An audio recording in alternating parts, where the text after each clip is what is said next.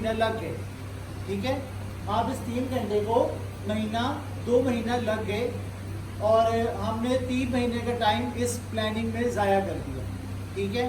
बाकी रह गए हमारे पास 9 महीने।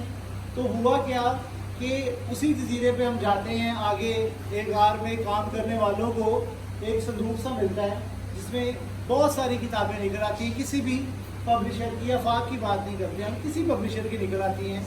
आप कहेंगे ये अफाक की, फिर निकली तो अफाक की चाहिए थी, मगर हमने कहा कोई सी निकले, ठीक है। तो जब निकल आई तो ऑब्वियसली हमने किताब खोली, हम बाद में बात करेंगे कि नाम किसका था, पब्लिशर कौन था।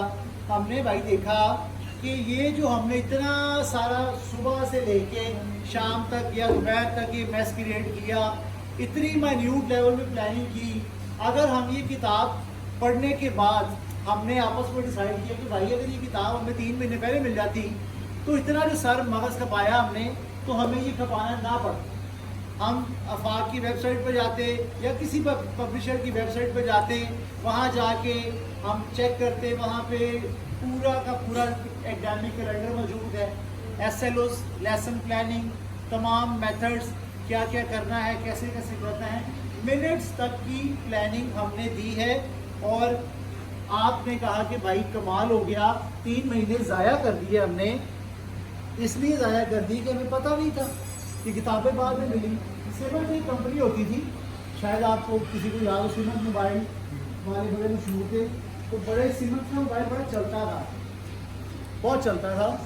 2000 की सर बात है, शायद आपको किसी को याद हो। नोकिया बाद में आया, सिमंस वगैरह पहले उससे थे, मोटरोला और सिमंस।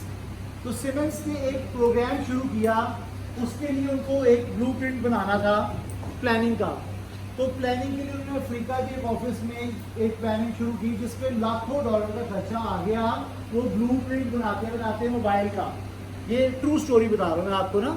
तो जब उन्होंने वो बना ली तो पता ये चला कि उस तरह का सेम ब्लूप्रिंट एक दूसरी कंट्री में सिमंस के दूसरे ऑफिस में बनाया हुआ था। लाखों डॉलर खर्च करने के बाद पता ये चला कि उस तरह का सेम ब्लूप्रिंट एक कंपनी ने बनाया हुआ था, उसी सिमंस की कंपनी के दफ्तर वालों ने। तो फिर एक मशहूर मकालमा निकला उनकी कंपनी का, Siemens does not know what Siemens knows. Siemens को खुद नहीं पता कि उसको क्या पता है, ठीक है। तो बात ये हुई कि आपने कहा कि भाई अगर ये किताब हमें पहले मिल जाती तो हम इतनी प्लानिंग जो हमने ज़ाया की है तो हमारी प्लानिंग ज़ाया ना होती। टीचर्स के पास देखिए, बार बार मैं बात ही करूंगा कि आप टीचर्स को आज जाके देंगे ना, जौन से भी बुक लगाइए आपने अपने स्कूल में, आप कहेंगे कि मैं ये चेंज कर रहा हूं, हम कल से दूसरा सिलेबस पढ़ाएंगे। तो होगा क्या, सबसे पहली रुकावट टीचर ही आएगी। क्यों सर, बड़ा मुश्किल हो जाएगा, हमने प्लानिंग की हुई है एक तरीका पर। अब कुछ ऐसा नहीं है, करना क्या है उनको कि उन्होंने खुद से दोबारा पढ़ना नहीं है, क्योंकि नई सिलेबस आएगा उनको पढ़ना पड़ेगा तो मुश्किल काम है। लिहाजा वो कहेंगे, रिलक्टेंट होंगे, सबसे बड़ी रुकावट टीचर भी डालेंगे, ये बड़ा अच्छा सिलेबस है, जो पढ़ा रहे हैं इसी को रहने दें, हमें पता है। क्योंकि वो जानते हैं रोज एक सब्जेक्ट पढ़ा रहे हैं, ना भी पढ़ के आए तो उनको पता है, क्योंकि उन्होंने उसी सेम पैटर्न में पढ़ा है।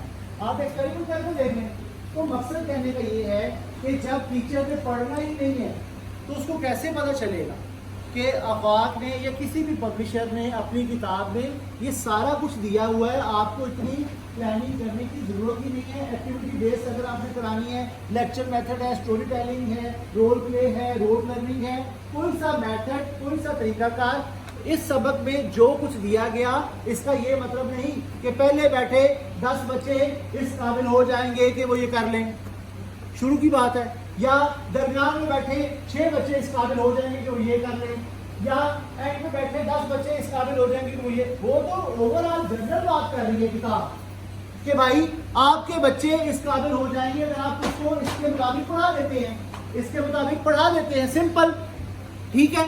अब बात सिर्फ इतनी सी है कि आपने स्किल बेस्ड लर्निंग कैसे करवानी है। टीचर इसको पढ़ लेगी एक दफा तो उसको पता चल जाएगा कि भाई मुझे इतना दिमाग खपाना नहीं पढ़ना, मुझे सिर्फ कल पढ़ाना क्या है उसको पढ़ के आना है। ये सारी प्लानिंग हमने दी हुई है। क्यों? कि इतनी रिसर्च टीमें, R&D डिपार्टमेंट, आप बेहतर जानते हैं चीज़ों को, रिसर्च एंड डेवलपमेंट के डिपार्टमेंट में PhD, MPhil सारे वहाँ बैठे